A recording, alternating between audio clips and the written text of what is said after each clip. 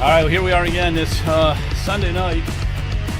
Sunday night in the big city. Actually, it's Sunday night in the big basement. Okay, how is everybody? Brian is here. He's not AWOL. He is here, right, Brian? Maybe he is AWOL. We'll have to check on that. How you doing, Jonathan? We could hear him moments ago. Maybe Yeah, he's checking some wires because Brian's camera apparently is not working. Brian is here. Brian is here. And we have in John spirit. Plechnik as well. In spirit, as always. The commish is with us. Back by popular demand. How's it going? We're going to double your salary after tonight. I just want you to know that. So whatever we're paying you, you're getting twice as much. All right. We got a great guest tonight. Nikki Frenchko is coming on at 8 o'clock. Okay. Yeah, just recall in. At least you can use Brian. Brian, I can There we hear. go. I can see you. You Brian, just we walked can by. see you. I just saw you. Get in Brian, that come chair. back. What are you doing? You Brian, sit in that chair. sit in the chair. You think this is like what? What do you think we're dealing with here? This is not novice Brian. radio. This is not novice podcasting. This is top-notch stuff. Ah! Let me see what you look like. There you are. There he is. Hey, Brian. Shades. Hey, hi there, everyone. Boy, it was a technical. I don't know what happened. All of a sudden, All of a sudden you gone. disappeared, I but you're went back. That's all that matters. Okay, we got your back. I'm not You're sure. back, Maybe we I got should your just back. go with audio. You know? Yeah, we might Iran get George hacked your Satari in here tonight computer. also, just with audio. So I think so. Thanks to Kent, our great supporter. Thank you, know- Kent, for helping. you guys were out at Vivek's house, and we're going to talk about that because that's on the thumbnail, Okay. and I want to hear what happened there. You and Pleshnik went out to Vivek Ramaswamy's pad, and you hung out there for a Yeah. while. Leonard was with us, and also two fine young ladies. That was Sarah Wolf and Sue Mazzarini. They were very helpful, and Joe Gurgley was there also. I've heard Joe Gurgley's name so many times, but I don't think I've ever met the guy. But that's okay. Yeah. There's a lot of people I He's haven't a fine met. young man. But I have heard his fine. name mentioned a lot. I'm going to get to some news stories here, and then I want to hear about your story with Vivek and everything else that's going on there. But let's talk about this Iran controversy here for a minute and get some of you guys' take here. The United States, in coordination with Israel, launched a major military operation against Iran yesterday, and it was dubbed Operation Epic Fury. Iran officials described the strike as open declaration of war against all Muslims. Okay, now that to me doesn't scare me. I guess it's supposed to, right? Iran says, yeah, started a war with all the Muslims. I don't think we did, and that's just a lot of useless rhetoric. All right, here's something else with the leadership. Kamali's compound. So the Ayatollah, Khomeini. The Ayatollah Khomeini, his compound was destroyed. I think they shot 30 missiles at it. So it had he had no chance of surviving. However, this is interesting. 48 other high-ranking leaders, the next 48 highest-ranking leaders have all been killed. So you think that there might be a regime change coming on the horizon there, I would think. Joe, not to Yeah, I would interrupt, think, but that's Khomeini, not Khomeini. Khomeini is the one that was in power when they took over the embassy. That was Khomeini. And when he died, they dropped his casket, and his body was rolling all around the street of Tehran. And this is Khomeini. That was Kho. This is Kha. Khomeini. This is another schmuck. I mean, And yeah. So. Oh, yeah, okay. Yeah, I thought the guy looked pretty young to be the Ayatollah Khomeini that I kept thinking it said. But it looks like it's spelled the same. But it's a different schmuck. But he was in control of Iran, correct? That's correct. And he's dead now. No, yeah, he's dead too. And the old one, like I said, he died, and under Muslim tradition, you have to bury the person the next day. So they were carrying his casket, in the street, above everybody's shoulder, and people were pawing at it, and they knocked the coffin over, and the coffin hit the ground, broke open, and there was Khomeini rolling around the streets of Tehran. Couldn't have happened to a nicer schmuck. Wow. But he had a really that is hilarious. That's a Kodak moment right there. Yeah, so the casket, what you're saying, and I'm going to take you, because you have the insider information and everything. All right, so they dropped the casket. I was there. You were there, okay. Right. So you have insider information like we wouldn't believe. His body hit the ground and just started rolling. No, the casket busted open, and he just fell out, and he was rolling around the street. He's rolling around the street. Wow. But he had a really big smile on his face in anticipation of the 72 virgins he thought he was going to get. So. Yeah, he's burning in hell right now is where he's at. 72 virgins. Give me a break. All exactly. Right. Well, anyhow, the U.S., here's what we did. We used B-2 bombers, Tomahawk missiles, one-way drones. These are new arsenal we have. Precision-guided munitions. And they said that Iranian responses were ineffective. And there was minimal damage done to any targeted U.S. allies. But there is just no competition when it comes to military, especially against the Arabs. I mean, these guys...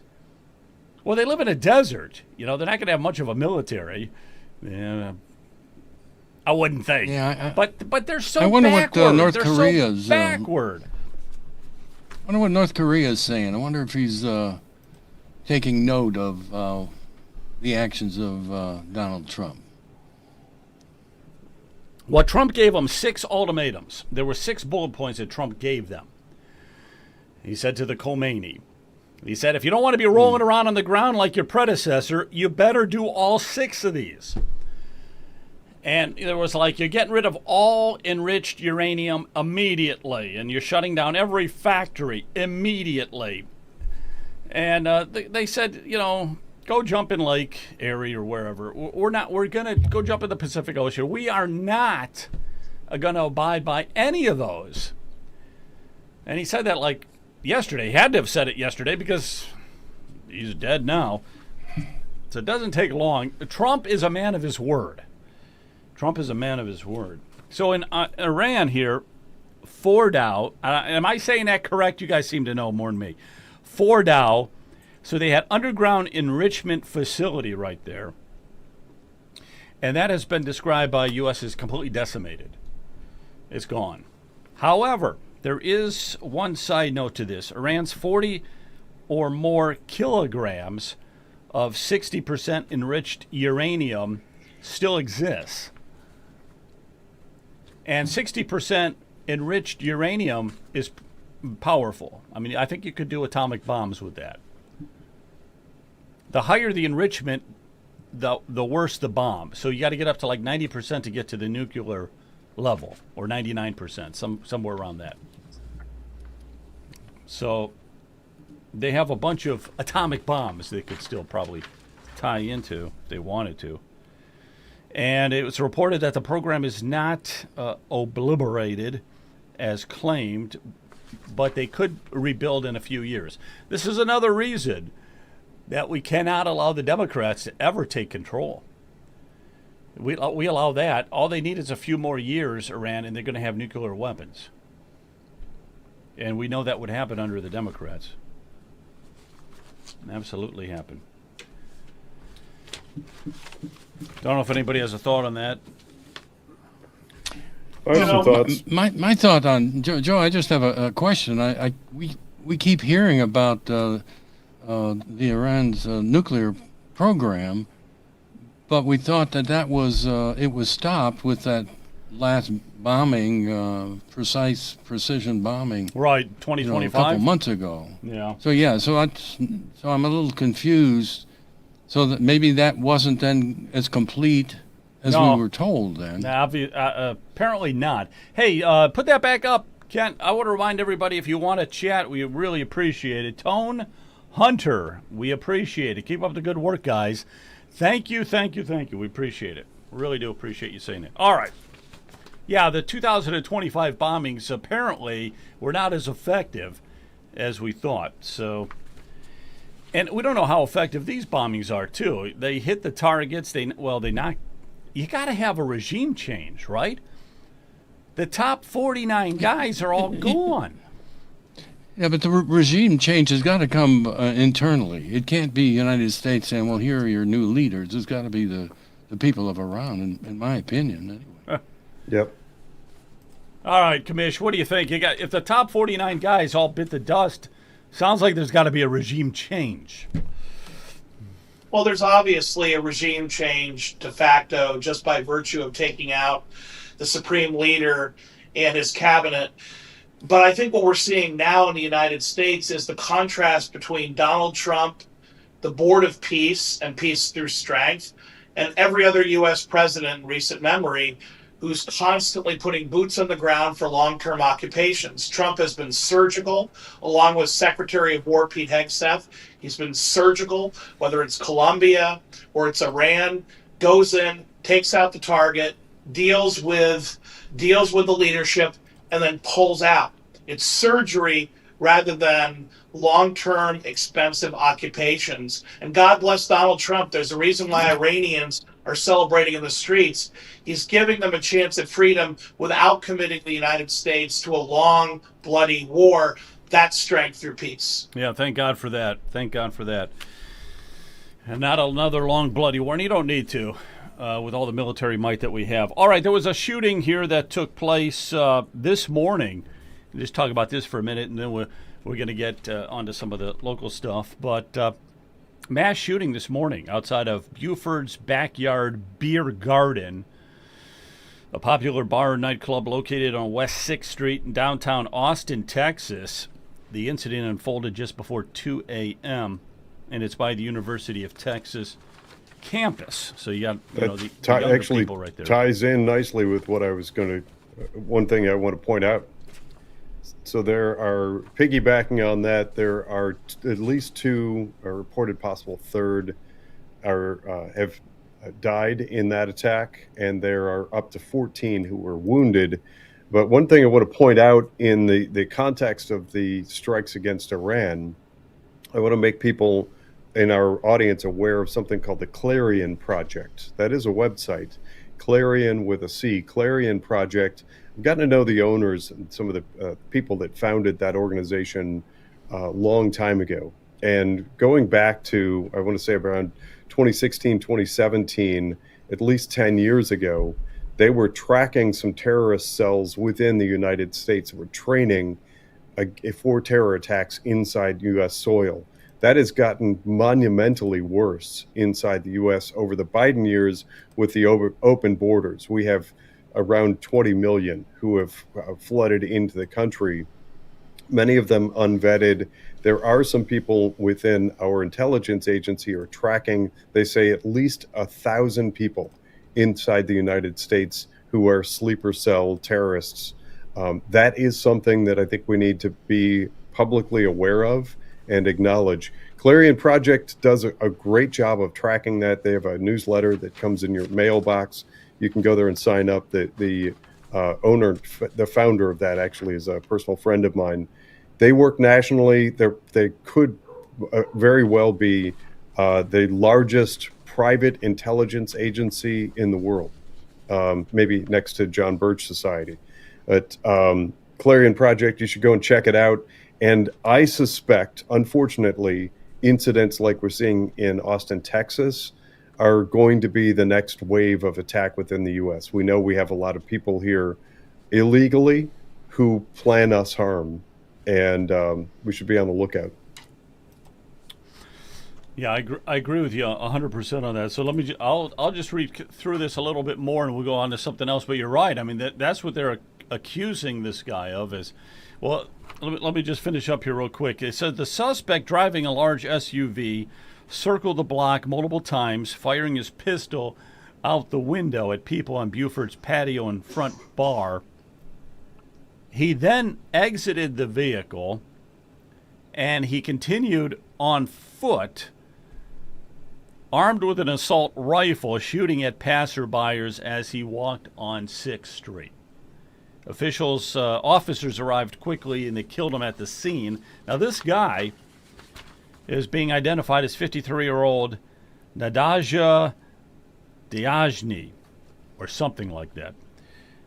Now, he's a U.S. citizen originally from Senegal. Has anybody heard of the country Senegal? I have. You have? Yes, of course. Yeah. And Well, where he is was it? he was wearing a shirt that said either property of Muhammad or property of Islam. I forget which. So his shirt property was of clear property of indication. Allah. Property of Allah. Property of Allah. Okay, so that's what it was. Property of Allah. So it appears at first glance, there's no official report yet, but it appears to be religiously motivated.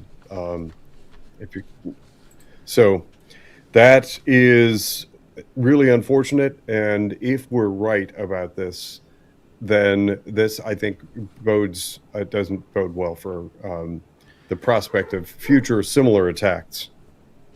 Well, there could be future similar attacks. We'll have to wait and see. This guy was a complete nutcase here. He had also an undershirt with the Iranian flag design on it, and he had the Quran in his vehicle.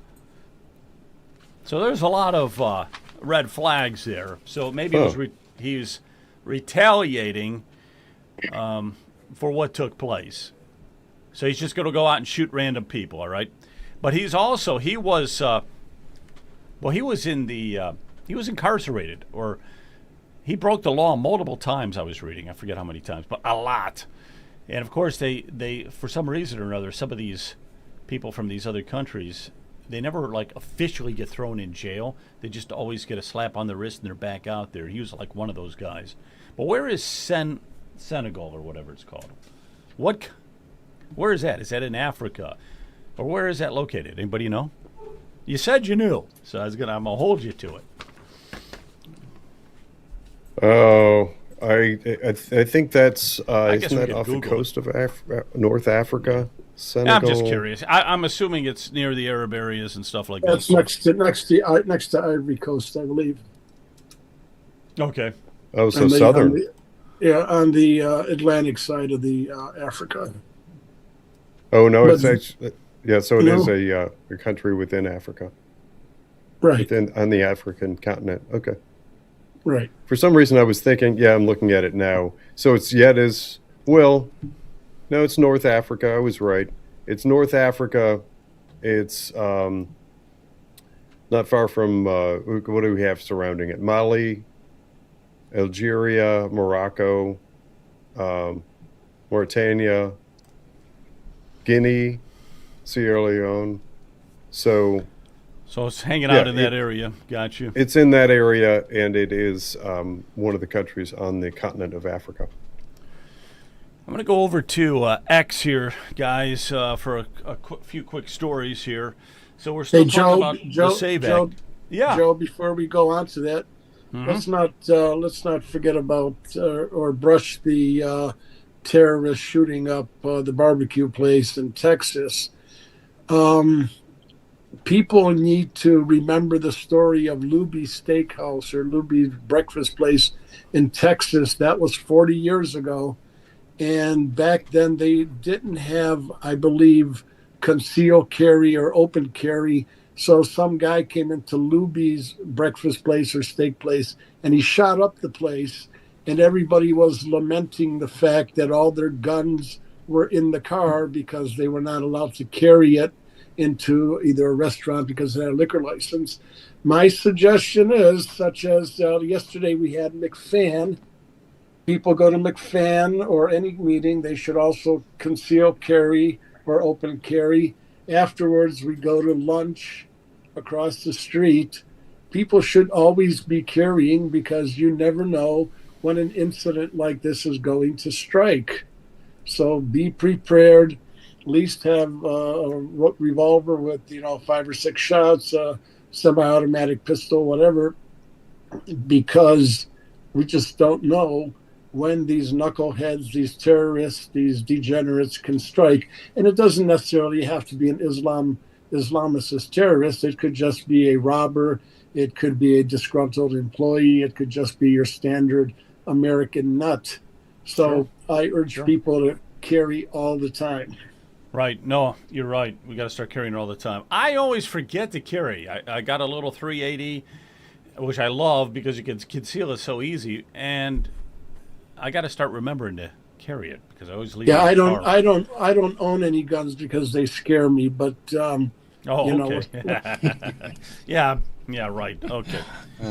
Yeah, I believe that. Okay, 29 states are breaking the federal law to hide voter rolls from the DOJ. This is ridiculous, and if we got to get outraged. Exciting at this. election law news here at the DOJ Civil 29 Rights Division. states. Today, we sued 5 additional states for their refusal to turn over voter rolls in response to the Attorney General's request under the Civil Rights. So the DOJ is asking for voter rolls from everybody, and now we're up to 29 states to say that they will not. They will not provide. Is Ohio one of those? I don't think so, but I don't know what the 29 are. I'd have to look closer into that. We should look at the 29 and see if Ohio's on the list, because we're still waiting to figure out what happens with the roughly 1.3 million bad and questionable entries in Ohio's voter rolls that Ohio has been sued over. That's still a lingering question, as far as I know. We have no answer to that. And in Ohio, the fact that those people who have questionable entries or maybe arguably bad entries in our voter rolls are not forced to vote absentee or, provisional ballot. They just vote regular ballots like the rest of us, as if they were thoroughly documented and vetted and didn't have glaring issues and flaws in their voter roll data. That's just wrong and bad. So I'm hopeful that Ohio is not on that list, that we turn over that list to the DOJ. Well, I got a feeling Ohio we're voter one. rolls, Yeah, I got a and feeling we we're can one clean of it the up. good ones. So 31. There's still 31 good states. I got a feeling we're one of them. Most of them are blue states, but it's amazing because there's not that many. There's not 29 really radical blue states out there. So I'd have to look to see what some of the other ones are. Somebody put up a chat there that said that Minnesota has 87% registered voters. Minnesota is a disgrace. The absolute disgrace with the Somalians and everything. Absolute disgrace. I don't want to hear. They've got to be, okay, they were talking. Who are they talking? Oh, Jim Jordan. All right, now Jim Jordan's a congressman here in Ohio. He's one of our famous congressmen and everything like that. But he was on Fox News talking about, are there any arrests? Yeah, we're arresting. They've arrested a few people here and there, but they're all just like low-level election officials, just the lowest of the lowest level. I'm thinking, well, what about Tim Walz? When are you going to throw him in prison? When are you going to indict him or Frey, the mayor? We want to see the top echelon. Why is everybody so afraid to go after the big fish? Oh, anybody can go after these little minnows, and act tough, right? Yeah, it's terrible. All right, a couple other things real quick here. Let me see what else we got. I had to throw this in. I was there with I got a picture with Bernie Moreno. He was there at the Thirsty Cowboy. Here he is speaking. When he spoke, he was. I'll just play it for a second. For the United States Senate, my name ID was 1%. I thought that was 1% when he started. 1% name 100 people know my ID. That's pretty good. Right? But evidently, that's not a good number.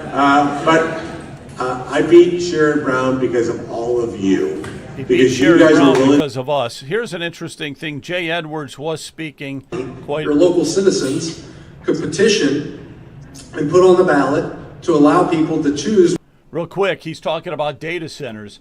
And I bet you nobody here knew this, but in order to petition whether or not you wanted a data center, it would take 15% of the gubernatorial voting number. Okay, so you would take whatever in your county had for the last governor's race, 15% of that is how many signatures you would have to get to petition to get rid of the data centers.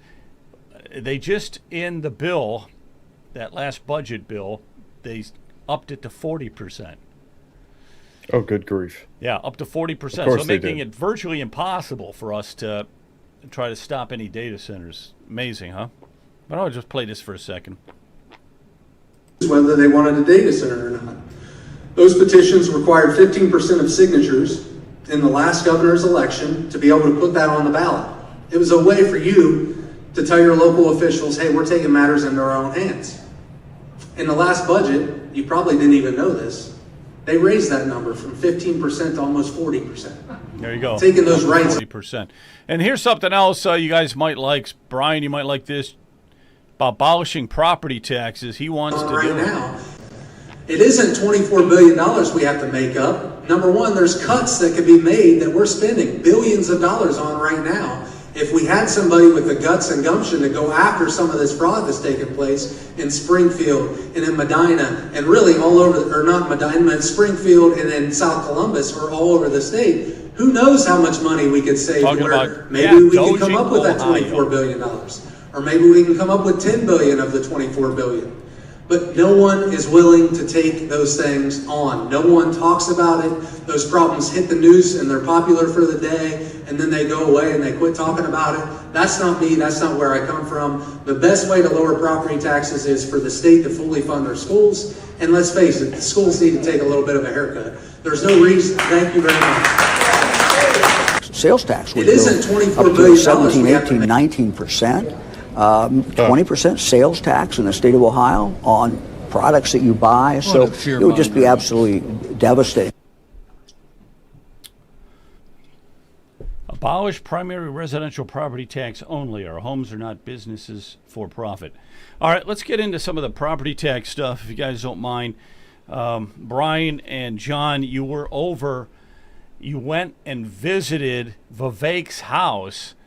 So you got to give us details on that. First of all, how was it that you were able to get into his house, get past all the guard dogs, and tell us a little bit about that, okay? I'll let you go first, Brian.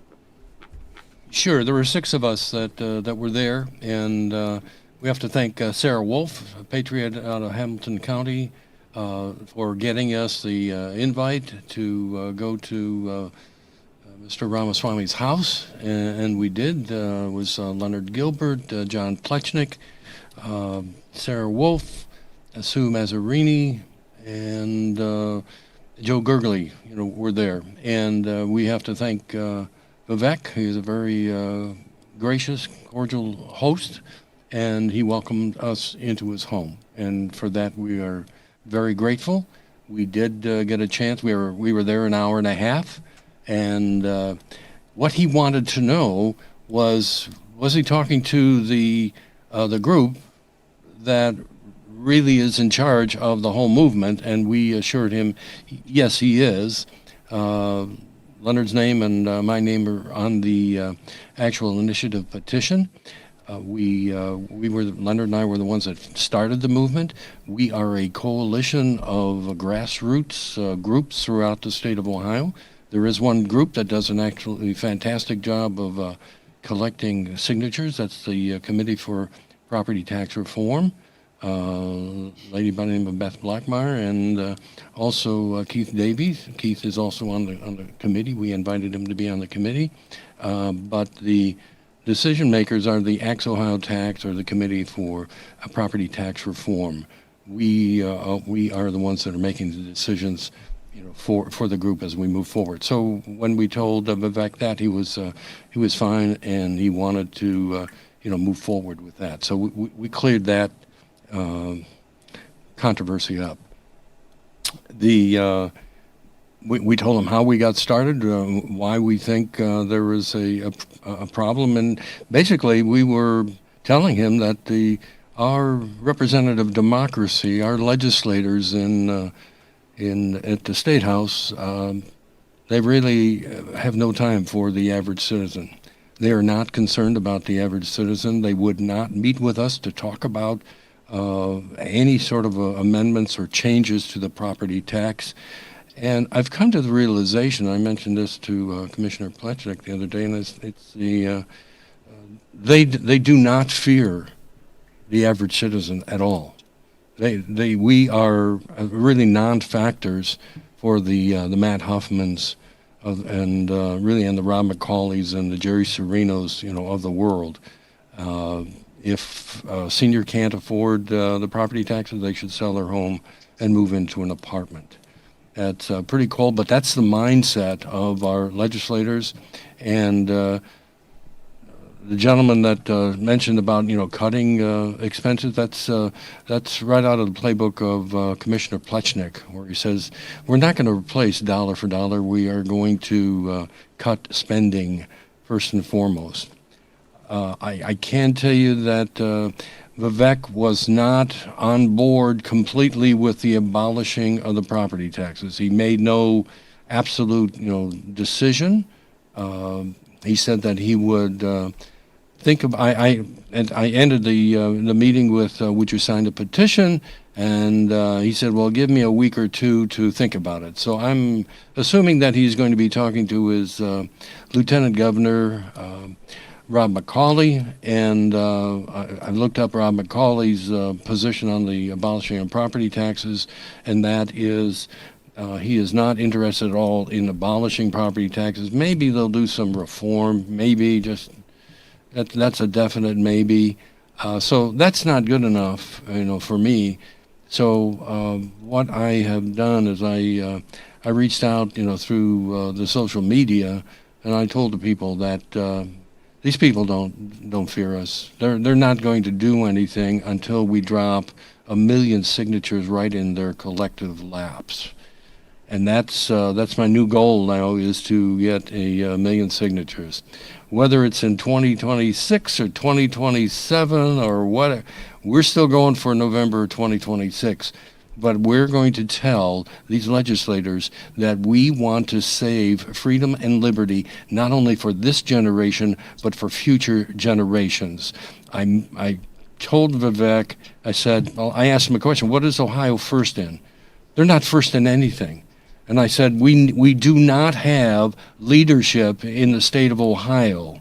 You can't continue to be on this path where you're number 8 in the country with property taxes and be satisfied with that.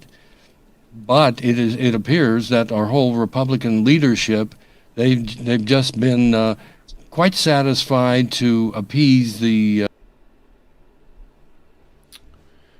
All right, looks like Brian froze up. I want to send it over to you. Enough is enough. Gotcha. Very good, Brian. I'm going to send it over now to John Plechnik.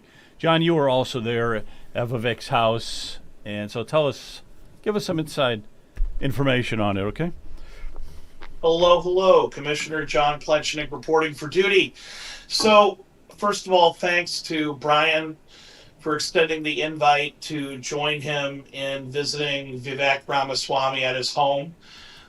We sat down at the man's kitchen table and had a frank conversation on tax policy. For that alone, I got to give points to Vivek, because Brian doesn't need to tell you that we've reached out to virtually every public official and candidate. So John just froze up too. That's strange. And a real intellectual curiosity. I would construe his position as not conclusive, not made up. I think that Vivek is still forming an opinion on the abolition of property taxes, but he did express agreement with us on a couple of key points. Number one, the property taxes are too damn high. And number two, the fundamental solution to property taxes is not to raise other taxes, but to cut spending. He's like, you hardly need to convince, the co-founder of Doge that government should cut spending. So I think we have a lot of common ground with Vivek, even though he did not express his agreement with abolition. He also didn't disagree, and ended the meeting by saying that he wanted to get together in another month or two to continue the conversation. So I give a lot of respect to a man who doesn't need our help to get elected, to take the time to sit down, have a conversation at his kitchen table about why we feel the abolition of property taxes, cutting spending in Ohio, are such important issues for future generations. And I truly got the sense that he was listening. My job as the tax professor in the group was to teach a history lesson, was to make sure that Vivek understands that the state legislature has kept more and more and more money in Columbus as their budget has gone higher and higher and higher, and that this trend has to be reversed, not just stopped. It has to be reversed because the people of Ohio cannot afford to pass a new tax, a new fee, a lottery every other year to feed this insatiable beast, this miniature Washington, D.C., this swamp that we call Columbus. To say that we need Doge is an understatement. Columbus has kept the state sales tax, which was passed for public schools and local government. They've kept the vast majority of the state income tax, which was passed for public schools and local government. They've kept the lottery. They're keeping the marijuana tax. It is unbelievable, the insatiable greed of Columbus. And we're never going to be able to balance this budget and get taxes under control without cutting the Columbus budget. There just is not another way. To suggest that we're going to do without roads, police, or fire is ludicrous. Ain't never going to happen. To pretend that taxpayers can afford ever increasing property taxes is just ludicrous. There's only one solution to this problem, and that is two words: cut spending. And I was glad to hear that Vivek understands that. I was also glad that Vivek heard Brian Massey out, heard me out, heard all of us out on how we reached out to our state legislators and told them years in advance, not weeks, not months, years in advance, that this revaluation was going to be an epic crisis because of the record high inflation, the Biden inflation coming out of DC. And he shook his head and I think genuinely expressed shock that the state legislators had treated we the people so disrespectfully when so many different folks with different backgrounds, whether it's me coming at it as a local elected official and a tax professor, Brian coming at it as a senior, or any other, just ignoring everyone and saying, as long as we close our eyes, stick our head in the dirt, and ignore this for 3 weeks, people will go away. I think Vivek was horrified to hear that, and it gives me hope that as our next governor, he's going to hold our state legislators to a higher standard than Governor DeWine. Let me ask George, and then I'll go over to Jonathan. George, you have a question for either John or Brian when they visited Vivek that you're curious about? Does he have a nice kitchen table? Yeah. What's the house look like, guys? What does the house look like? It's a very nice house. Yeah, I think he just bought a house in Bexley, right near the governor's mansion, because he's expecting not to live in the governor's mansion, is my understanding. But did he express any interest in any kind of reform? Let's say abolishing real estate taxes on residential homes and just keeping it on commercial property? Did he express any sentiment in any direction? No, he mentioned reform. Go ahead, John. If I could jump in, George, I think you're asking, what did we discuss with Vivek that was short of abolition? And there were really 4 things we discussed. Of course, Brian raised the issue with Vivek, how you're pushing to abolish income taxes. And he said yes, and that he believed that if he gradually cut them over time, due to the phenomenon of the Laffer curve, and he noted that Art Laffer had been sitting at his kitchen table a few weeks before us. So he had the famous economist there earlier to talk to him. He believed that if he cut the income tax gradually, those cuts would eventually bring in more economic activity and pay for itself. To which I said, Vivek, exactly. If we put $20 billion back in the economy by abolishing the property taxes, that'll do the same thing you're talking about times 2. We'll have more income tax. We'll have more sales tax. We'll have more investment and positive net immigration of workers and businesses into Ohio. So I agreed with him, but emphasized that cutting the property tax was going to have more bang for the buck than the income tax, at least from the perspective of your friendly neighborhood tax professor. In terms of the property tax specifically, we discussed 3 reforms that were short of abolition.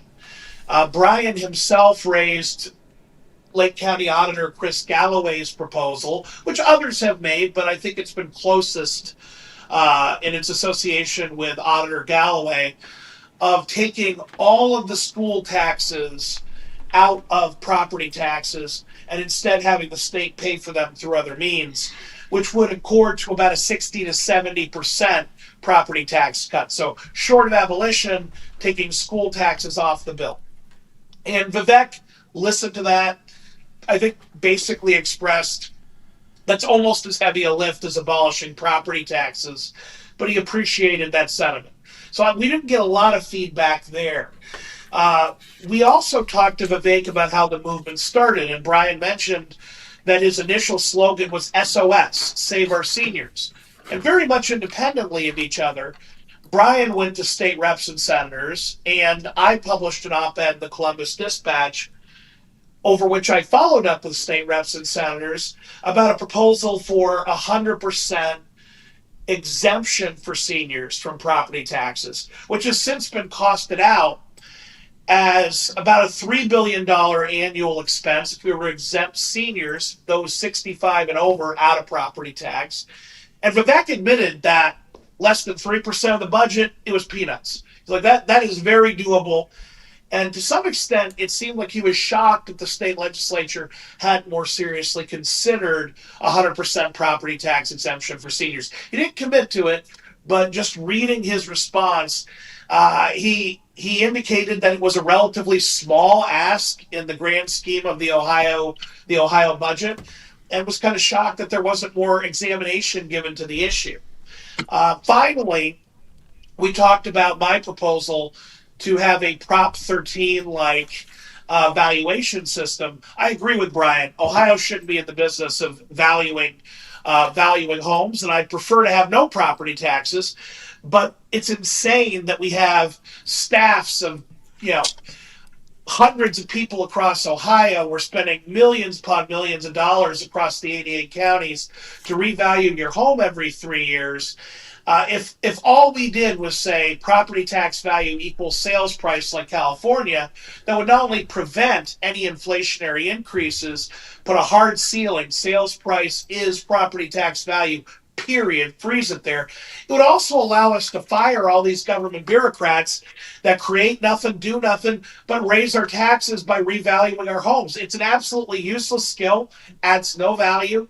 And it would not only cut taxes, it would actually cut spending at the same time, in part paying for itself. So we talked about abolishing the income tax, Vivek's proposal. We talked about 100% property tax exemption for seniors. We talked about taking school taxes out of property taxes. And we talked about having Proposition 13-like legislation in Ohio. And my takeaway was that Vivek was listening carefully. His campaign manager was writing everything that was said down, and Vivek would occasionally say, "Did you get that? Did you get that?" So I got the sense that we were sincerely being listened to. And I think that Vivek is still forming his policy, his personal idea of property taxes, which is why I think we have an opportunity as a movement to continue that conversation.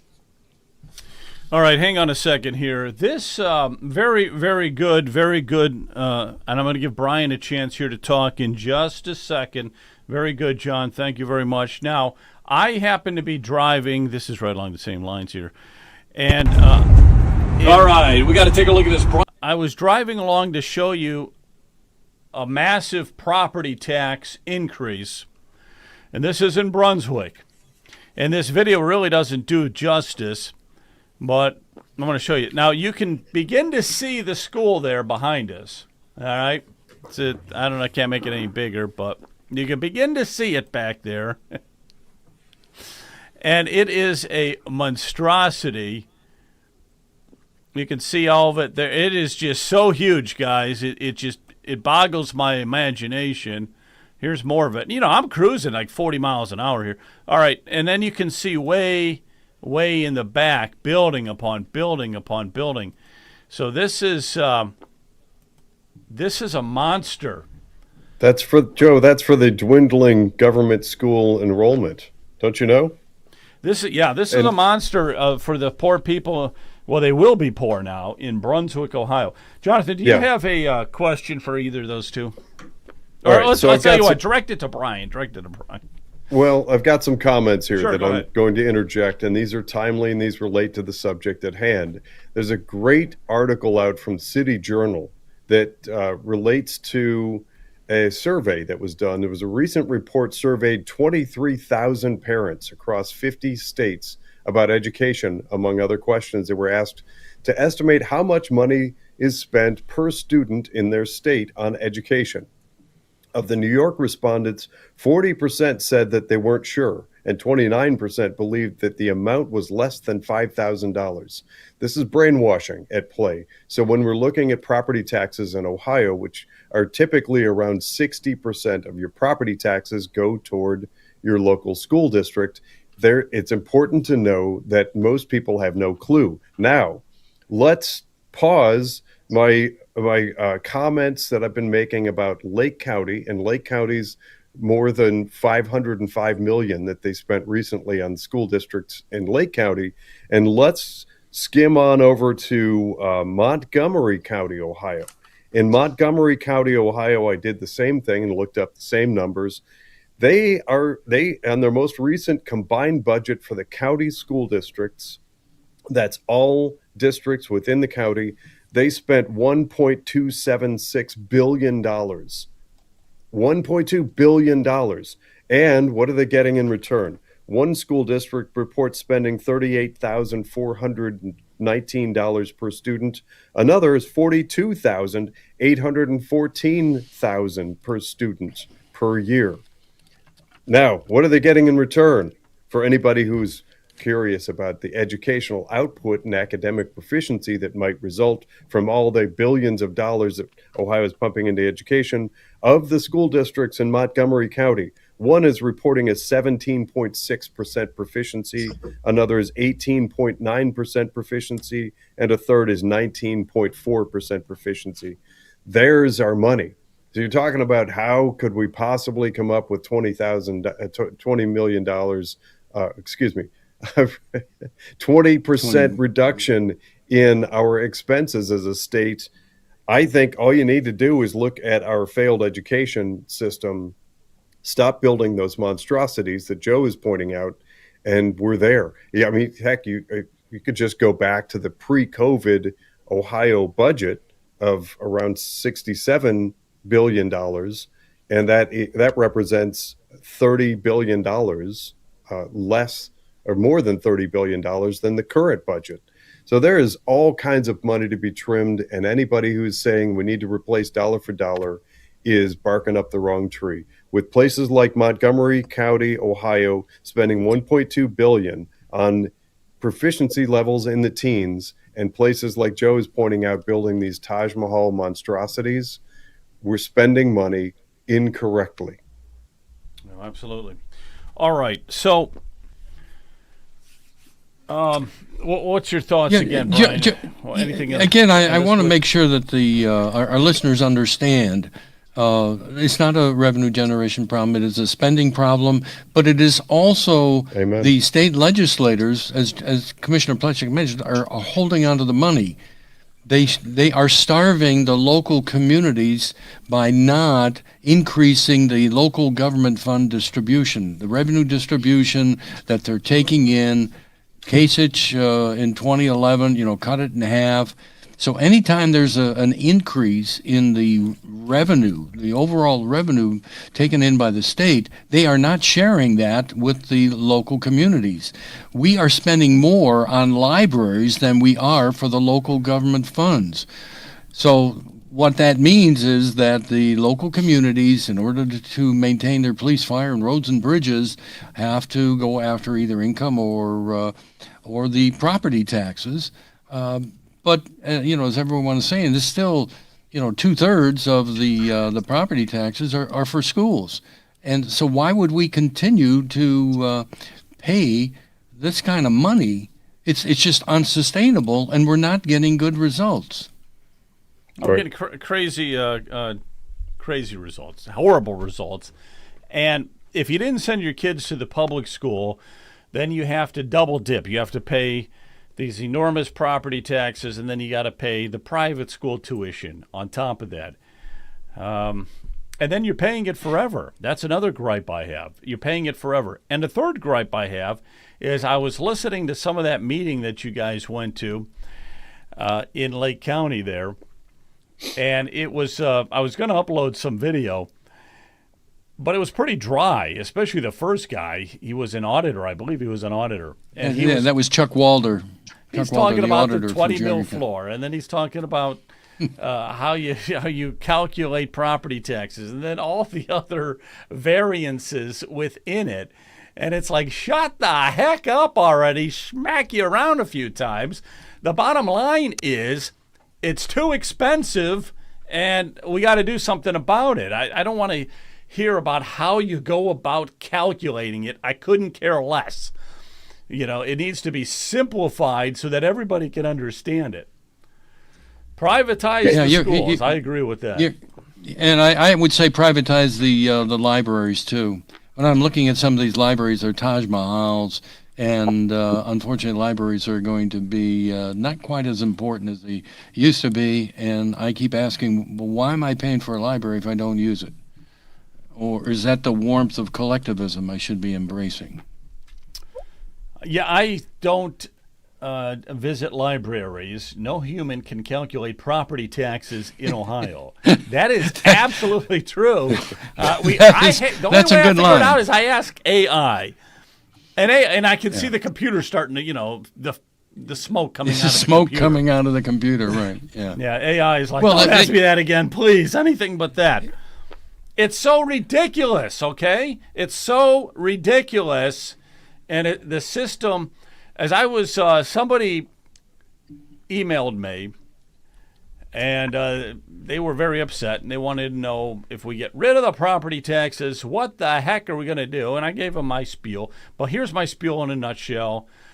The schools 100% have to be funded by the state of Ohio, 100%. And no property taxes on your primary residence, okay?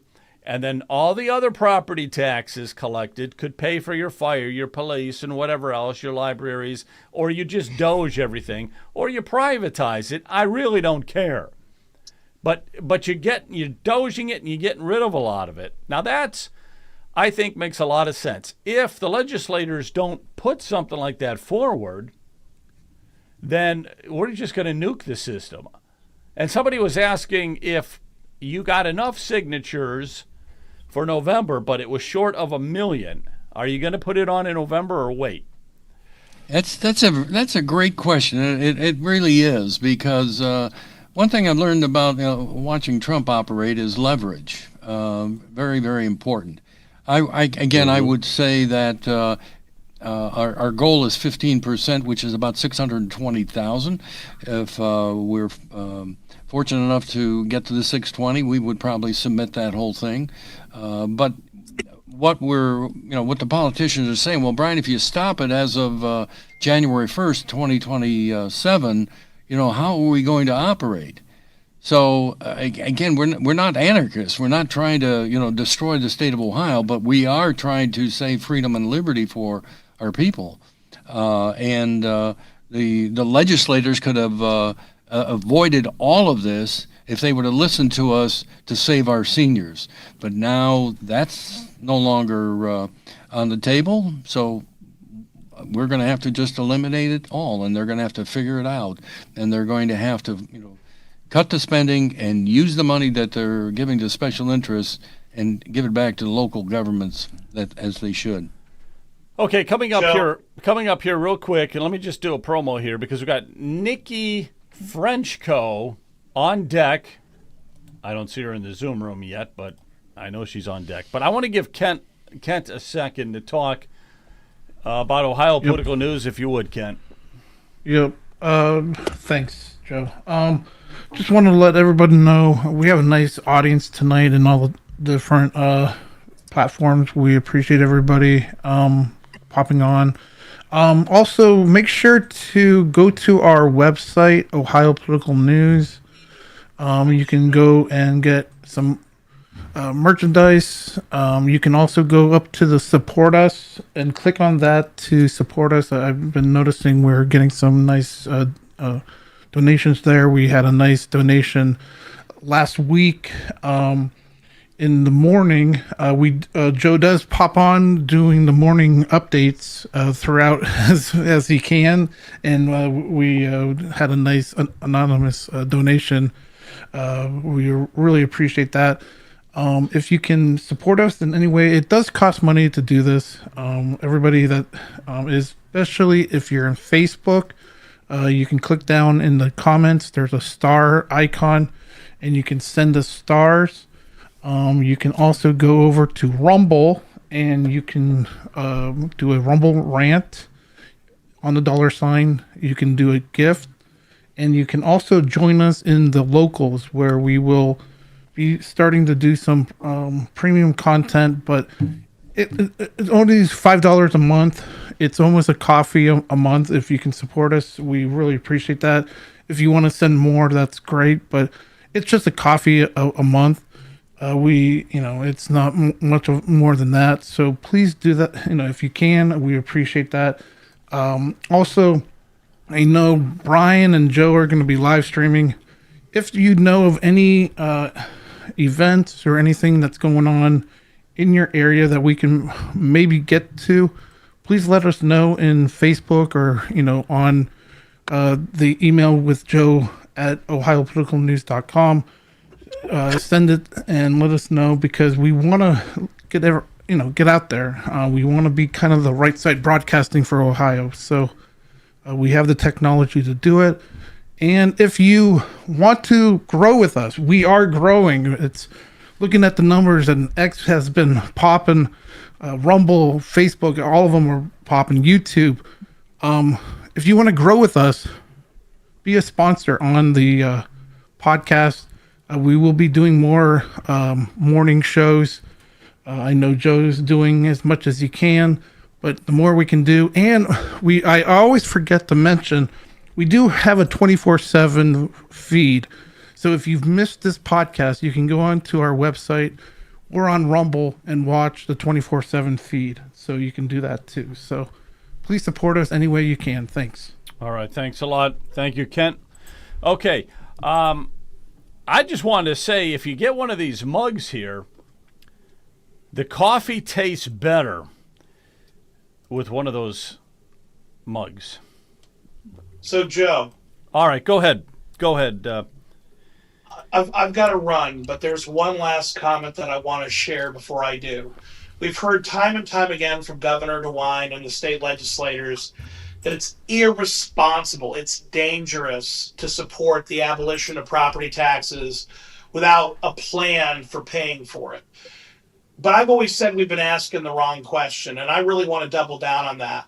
What's irresponsible is to oppose the petition to abolish property taxes without a plan to make the taxpayers whole. Because you can't be proposing that we're just going to keep raising taxes until we've taxed everyone out of their home. Let's just be clear here. That cannot be what you're proposing. So if you want to be responsible, tell me where you're going to get $24 billion to make the taxpayers whole. How are you going to fix that? And if you don't have an answer, you need to sit down, shut up, and do some homework. Because that's the real question. How do we make the taxpayers whole? And if you don't have a plan to do that, it would be irresponsible not to support the petition to abolish property taxes. We really need to put it back on them, because government is the problem, and the solution is to cut government.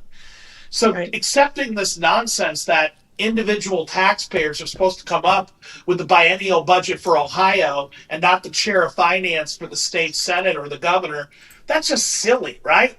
What's irresponsible is that our state reps, our state senators, and our governor have largely opposed the petition to abolish property taxes without a plan to make the taxpayers whole. What's your plan? And if you don't have one, you're dangerous, and we need you gone.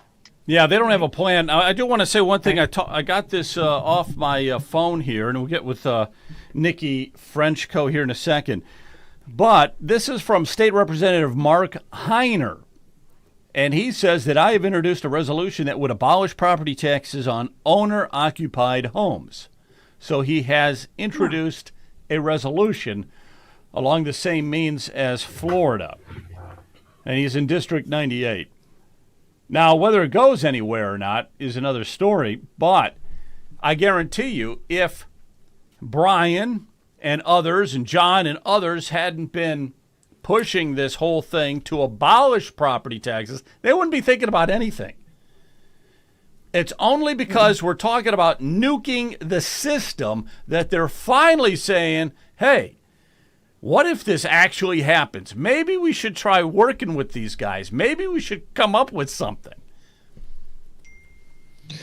Yeah, one last thing, Joe, if I could, on Vivek. He said that they did some polling, and they said that if it was on the ballot and it was do you abolish or not to abolish, 65% of the people would vote to abolish. He did say, however, if the fearmongers can continue to say that if you abolish property taxes, you're going to lose all your services, schools and police and fire, roads and bridges, we'll go back to dirt roads and that sort of thing.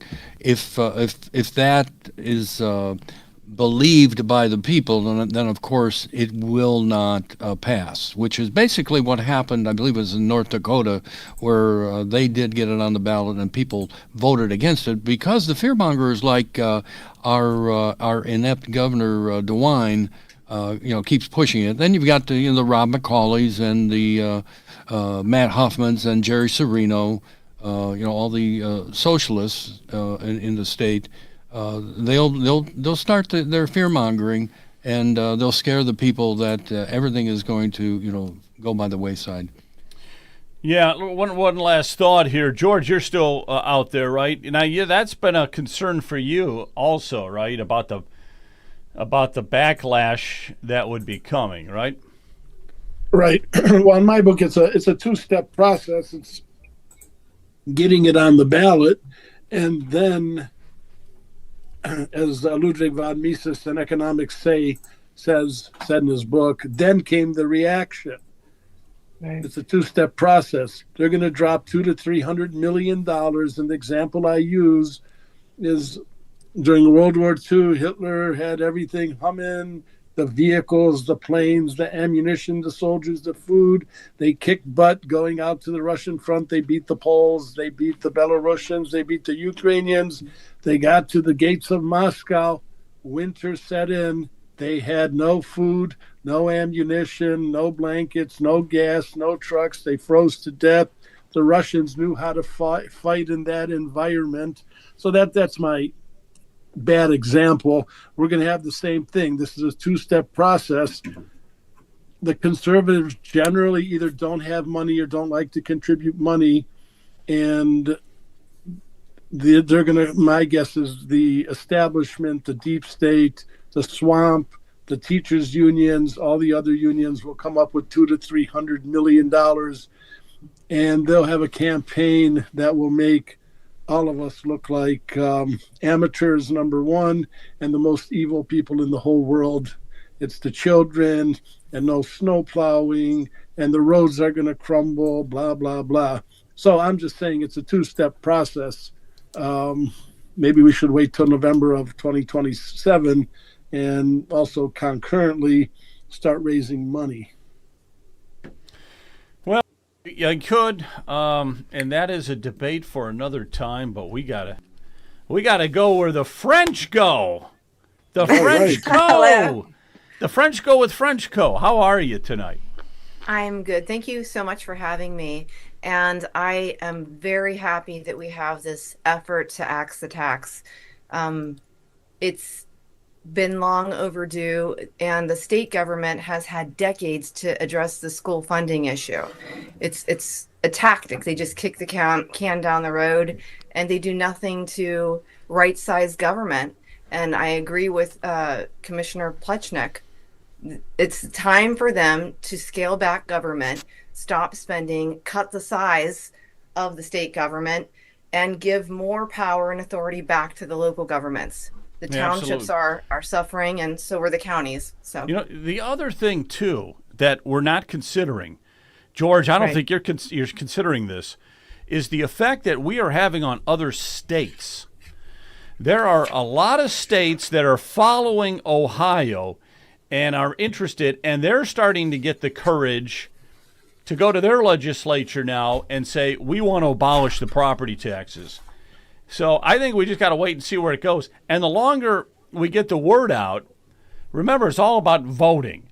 And if we can, we'll just see what happens. But I'm all for, I see nothing but good things happening so far with it. So, Nikki, you're going to be out there in Dave Joyce territory, huh? How does that make you feel? District 14, you're going to try to unseat him. yes, it's overdue. One of the things I've heard when I've been out there, well, first let's start with he supports maintaining the property taxes. I'm the candidate who believes it's criminal to tax someone on their property year after year after year. So I got you. So you're all 100% with it. All right, I want to talk. There's two things I want to talk to you about: your candidacy, and then. But first, I want to talk about some of this stuff that was going on when you were in the county commissioner. Okay, because it's interesting. I think it's fun. It's good for a podcast. But you were embroiled in some real controversy. And so let me play this. This is I got this off the news, not off Epic Times, but I just grabbed this right off the news. This was probably, 2 years ago, maybe. Let me see. I think that the public should be outraged over this. Commissioner Nikki Frenchko accused of being disrupted and arrested during a public meeting. Commissioner Nikki Frenchko facing a misdemeanor, disturbing a lawful meeting charge. Yeah, you really look like you're disturbing everything there. That was the first thing that came to my mind. I'm going to apologize to the sheriff. Fine, if you don't, we're going to move on. All stemming from what happened during the commissioner's public meeting Thursday morning. We're not going to deal with this. You're being very disruptive. You're disrupting the... Stand up. Frenchko was escorted out of the room and taken to the jail in handcuffs. It's unfortunate. It's embarrassing for our board. And you also got to let us know who this guy is who keeps saying that it was embarrassing and everything like that, okay? Embarrassing for the county. The arrest came while Frenchko was responding to a letter written by Trumbull County Sheriff Paul Monroe, read by the clerk during the meeting. In the letter, Monroe asked Frenchko for a public apology in response to an email she read in a meeting last month. That email, sent to Frenchko from a former inmate's mother, claimed the inmate was denied requested medical treatment at the jail. Monroe says the accusation was false since the inmate never requested medical attention. In an interview as she was released from jail, Frenchko says her arrest was politically motivated. But because they were reading that letter today, asking for a public apology that I would not give, they came right for me, the deputies, for the sheriff, to whom I would not apologize, and they did what they did. It was purely political. All right, I got a couple of things here. You were raising concerns about jail conditions shortly after taking office in 2021. And you said that they were systemic failures in medical treatment under Sheriff Monroe. And that's the letter that they wanted you to apologize for, Sheriff Monroe.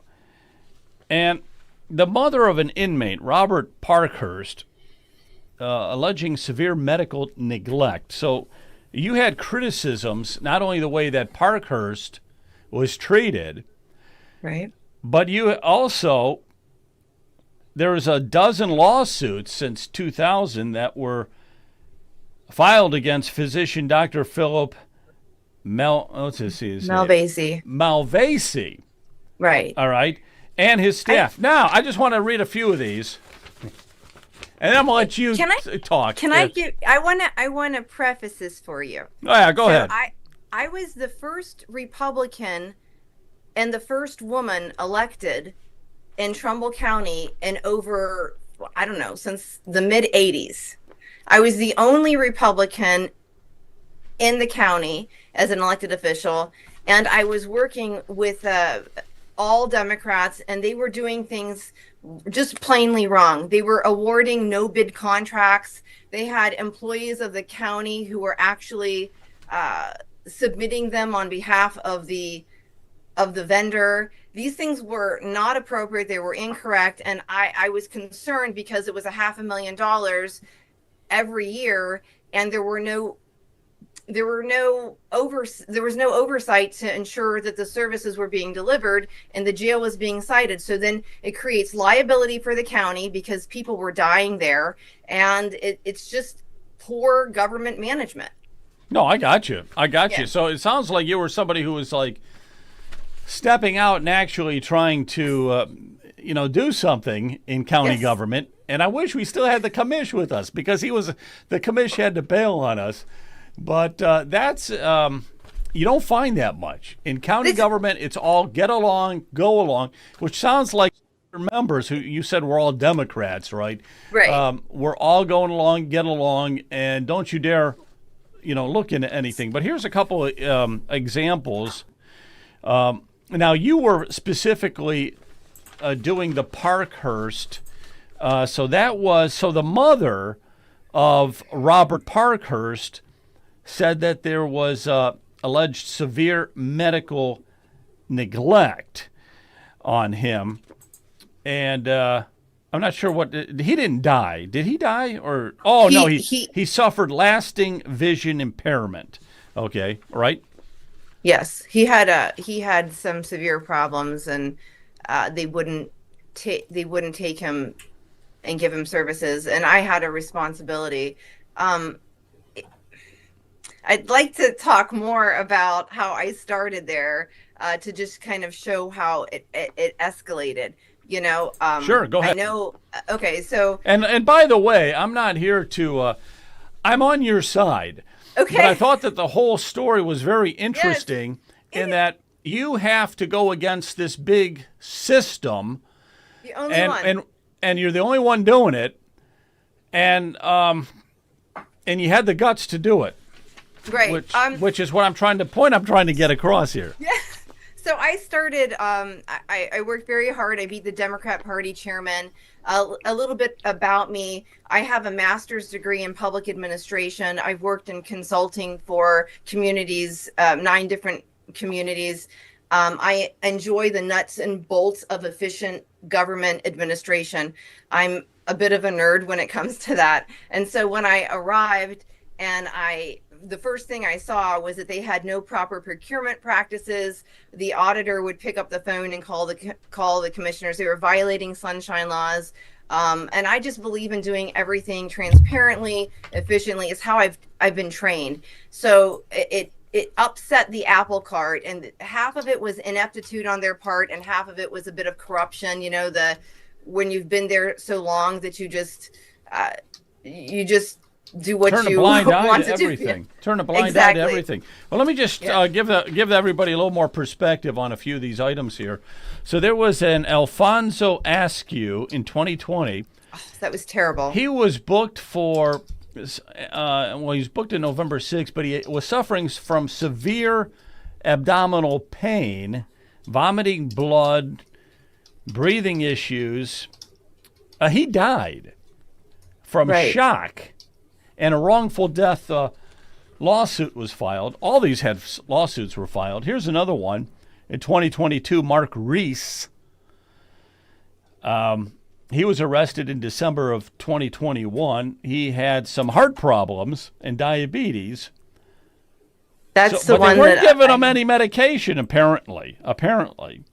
They took him off his diuretic and his insulin. And he died.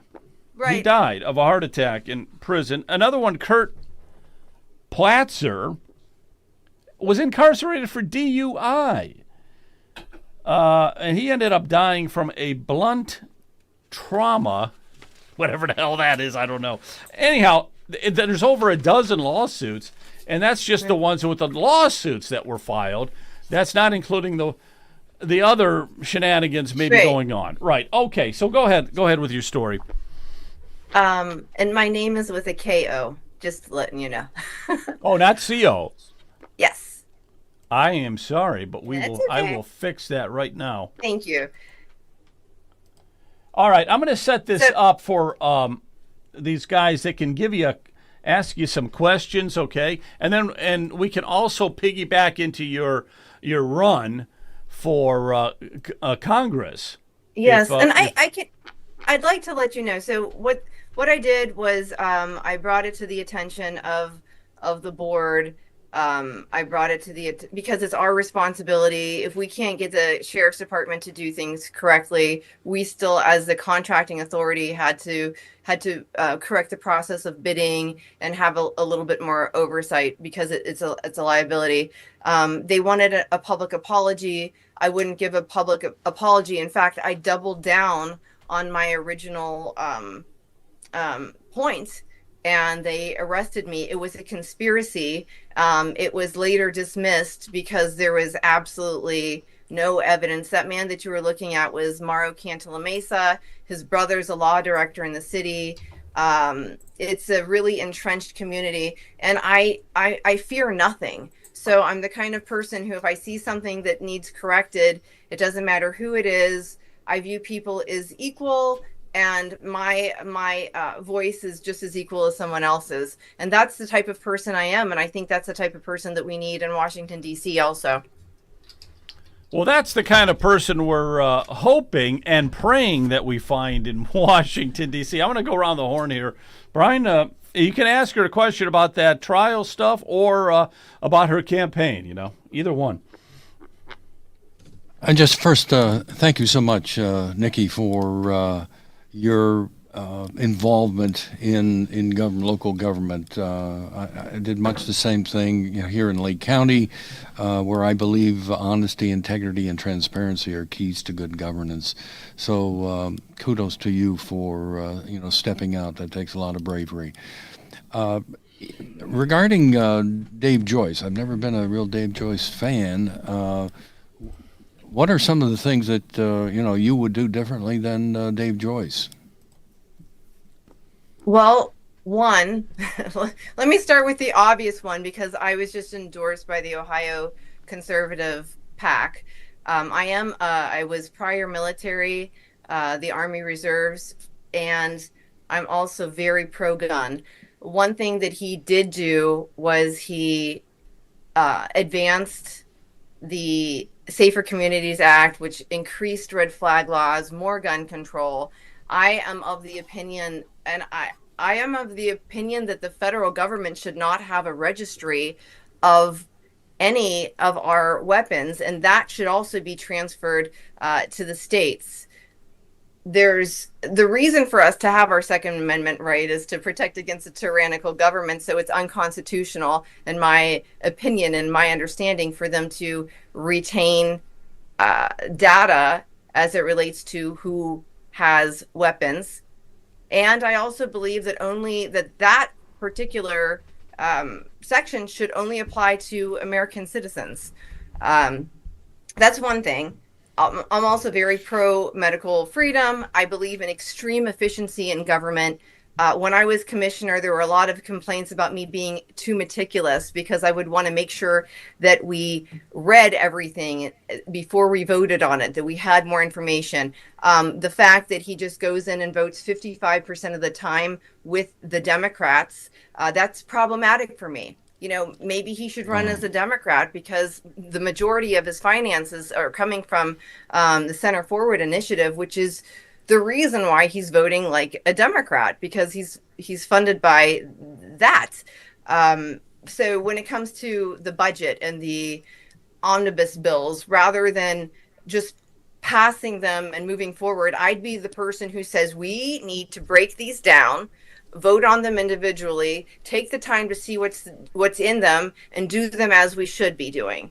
Those are some of the things that I'm willing to stand up and do. I believe that we need to be reducing the size and the control of federal government. Also, I personally understand the definition of what a representative is. A representative is one who represents people. They don't, and specifically for this job, it's the 14th district. It is not a representative of the PACs and the lobbyists and the political elite and the DC insiders, and he has lost touch with what it means to be a Northeast Ohioan. He doesn't understand our values anymore, and he's gone so far to the left that it's unrecognizable. And I feel for the people. I'm all over the district. I'm Ashtabula, Mahoning County, Lake County, and everywhere I go, they're thanking me for running, and they said, we feel forgotten. Gotcha. Move over. Thank you very much. How are you doing, Jonathan?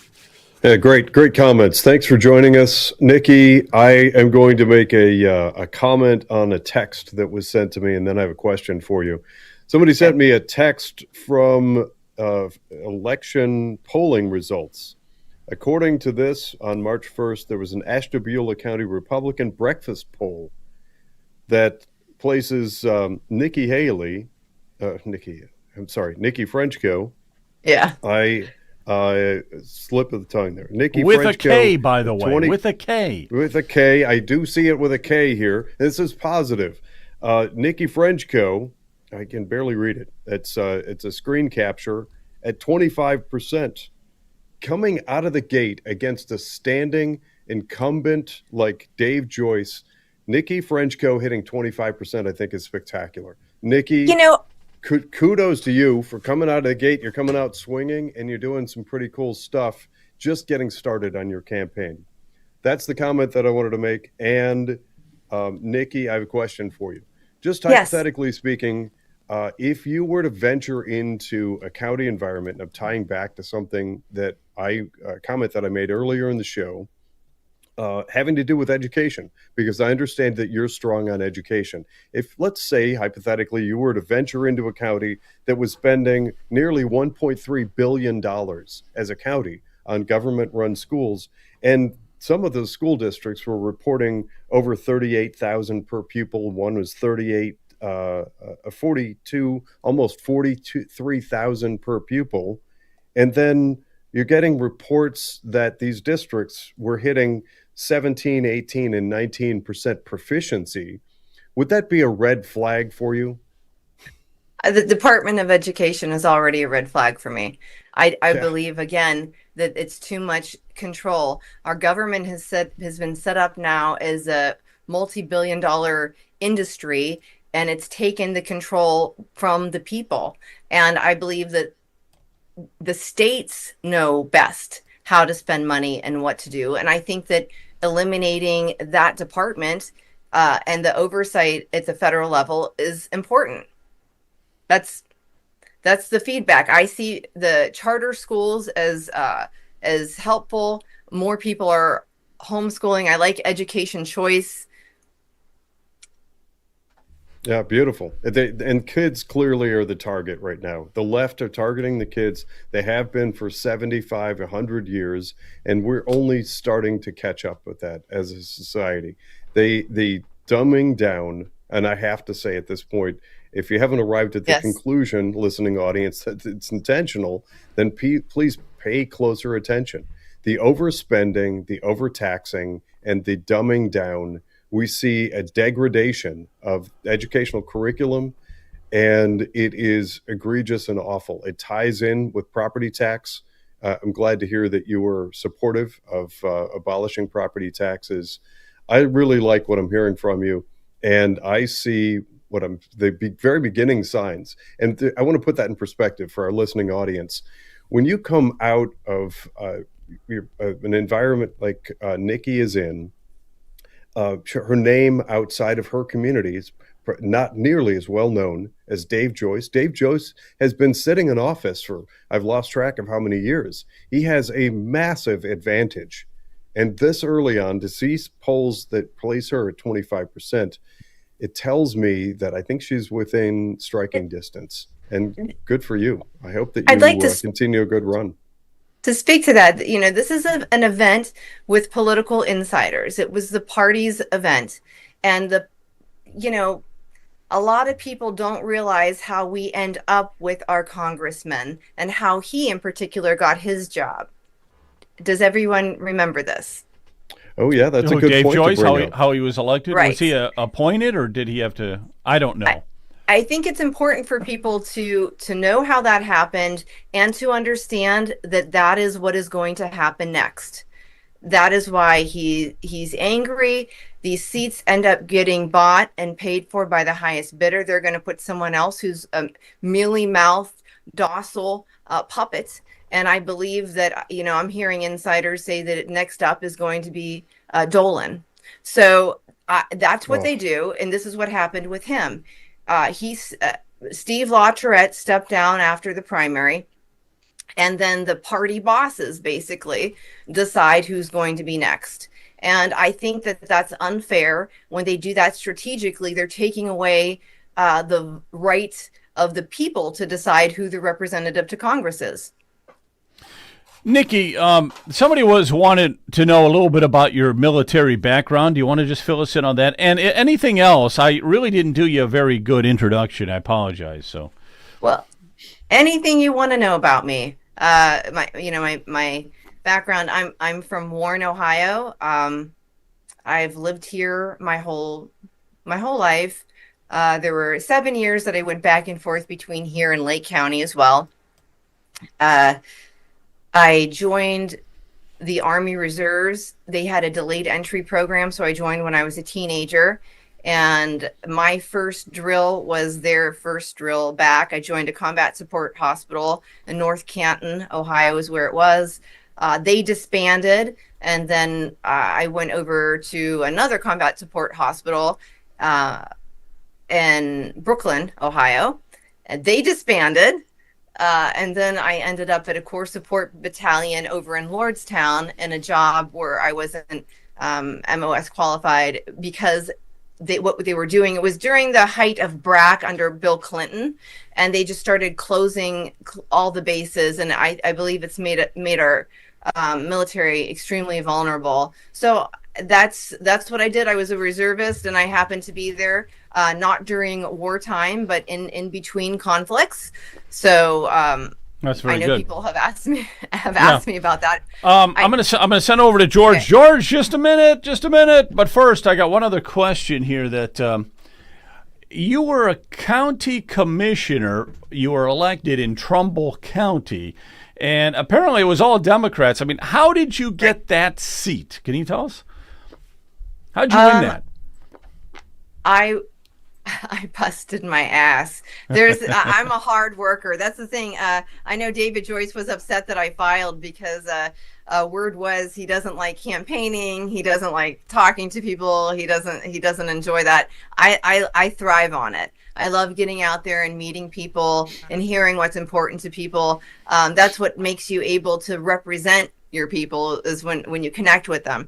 But that's what I did. That's what I did in my county. I was everywhere all the time, morning to night, talking to people, always on social media, door knocking. Wherever there was a group of people, that's where I was. And that's how I overcame the monetary difference, was just getting out there and working hard. Awesome. Also, I don't know if anyone wants to know my background. I think I mentioned that I have a master's degree in public administration. I first got my bachelor's in social work. I have a real estate license. I went to appraisal school. I'm very familiar with the property taxes because one of the things that I used to do for a period of time was actually helping people to reduce theirs with the Board of Revision. At the county level by doing the appraisals for them. Then I worked for a consulting company and did community economic development, planning, budgeting, CDBG, housing, infrastructure. I had a lot of communities from down in Jefferson County, Medina, Wadsworth, Trumbull, Mahoning. I can't remember how many clients we had, but I loved that, and I started at the Planning Commission just because I loved government. It's my thing. Some people are born to run. Born to run. That sounds like a Bruce Springsteen song. I don't like politics, but I love government. There, George, are you still with us? Because I can't see. I just have to always. Yeah. You don't want to see me. I don't cast a reflection anyhow. But you're AI generated. I'm telling you. I am. Really are. I am. Yeah, I was always afraid to run for office because my campaign slogan would be, if I'm not dead in 4 years, I'm not doing a good job. I thought maybe that's probably not the best approach. But yeah, we appreciate you running. And by the way, I do like your glasses. Thank you. But my thought is one comment I have to disagree with. You said these leftists and liberals and everybody, they give money to Dave Joyce and he does their bidding. I think it's the chicken and the egg. I think they give him the money because he does do their bidding and he is one of them. And he's not only a rhino, he's a leftist and a socialist and everything else. So that's where I would disagree. But and I think also you're too kind to the constituency. People are notoriously lazy. They play the name game. They don't look up, who's running and what they stand for. And, you mentioned Dolan might be running. People are, and a lot of times getting out the vote is so difficult with fellow conservatives, good Republicans, non-rhino Republicans that, our people should be ashamed of themselves.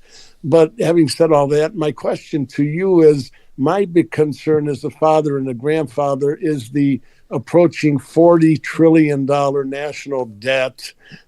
What do you see as some tactics to reduce that, let's say, over a 10-year period? Well, one of the things that I already spoke to is actually dissecting the process and voting on things separately, as opposed to in a huge bill where they play gotcha if you didn't vote for a certain the omnibus bill. For example, there is an example given where the huge bill included pay raises for soldiers. And if you didn't vote for all of it, then you'd go back home to your district and people would say, so-and-so voted against the pay raises for soldiers. So we have to start with a process that's smaller, and it's going to cause the Congress, and it's going to cause people to have to do more work. Unfortunately, people have gotten lazy and they want to rush things through. And I believe that just paring down that process is going to help, because you're going to actually get to see that. I don't think that they did enough with eliminating the size of the government, and we need to eliminate a lot of the regulatory agencies. For example, the Department of Education and the ATF. Those are two things that my gun-loving friends would like to see that go as well. We can't. Another thing, I don't believe we should be spending money on foreign aid. I'm an America First Republican, and everything that we do should be in consideration of future generations and future impacts in our American people. That's been a problem. We can't give aid to countries that are already giving their citizens free medical care and free college, while we are here with our veterans sleeping on the streets. And our grandchildren Absolutely. facing debt. That's what America First is. And we need them on both sides of the aisle. Yes, absolutely. And I'm sorry if I missed the part about only voting on one thing in a bill, because I did step out for a minute. I'm sorry if I missed that. But there are certain groups that are promoting basically every bill should be one subject. And the bills could be short and sweet. There'll be a lot of them, but they'll be, maybe 5-10 pages long, as opposed to, 3,000 pages long that nobody really reads. They get summaries from their aides or whatever. So that is a good step in the right direction. And then President Trump has cut personnel at the federal government, I think, quite a bit. The problem is most of the funding has to do with entitlements and, Social Security and those kind of things. So I don't know how we get those under control. But if we get more people working, bringing jobs back, I would imagine you are for the tariffs, I would imagine. Yes, and bringing the jobs back is what we need. If we make it uncomfortable for people, how many businesses have moved overseas? If we put the squeeze on them a little bit, I mean, that's the goal, is for them to come back home and manufacture and produce things here. Right. Yeah, our Constitution isn't a national suicide pact. So, yeah, they need to get their asses back here, create jobs, and the more people work, the less benefits they get and the more taxes they pay. So it's sort of a double-edged sword. Right. Nikki, I've got your website here. So it's Nikki Frenchko for Congress.com. So if anybody is wondering what your website is. Or Frenchko. You could just do Frenchko for Congress and it comes up also. Okay. And we need money. We need help and money. So if someone wants to host an event, or there's a get involved link, it says if you want to have me over, if you want to do a meet and greet at your house or somewhere, I'll show up and I'll get to know the constituents here, because that's important. That should pop up under get involved. If it doesn't, oh, there it is. Frenchko with a K. And then Frenchko with a K. Yes. Gotcha. All right. Any last parting words for your constituents that you want to say? And are you aware of NOACA? Somebody wants to know. Are you aware of Deb wants to know. Are you aware of NOACA? Yes, and the token cities. Is that what she's talking about? Yeah, the 15-minute cities and all that stuff, I guess. Yeah. All right. So what is your parting pitch here tonight? And I want to thank you for coming on. We really appreciate it, and best of luck, because that earlier part about you running and getting arrested and everything, I wanted to show people that you're really a fighter. And I am. I fear absolutely nothing except for going to bed at night and thinking I did the wrong thing. Everything I do is based on a moral compass that's never going to be off kilter, especially in public service. It will be an absolute honor and a pleasure to work for the people of this district. And I already see myself there in the type of job I do. People want to be proud of their congressional representative. They want to know that they're fighting for us as hard as the Democrats are fighting against us, and not going over there and working with them, sneaking in under the radar, voting with them, and then leaving, like we've had for over a decade. I'd love for people to go on my WinRed, give me a follow, share my information, donate what you're able to chip in, and sign up to help. Yeah, because you're on a lot of platforms, so that's right. You don't have to just go to the website, right? Facebook is the biggest one for me. Okay. Facebook really. And is it just Nikki Frenchko, or what is it on Facebook?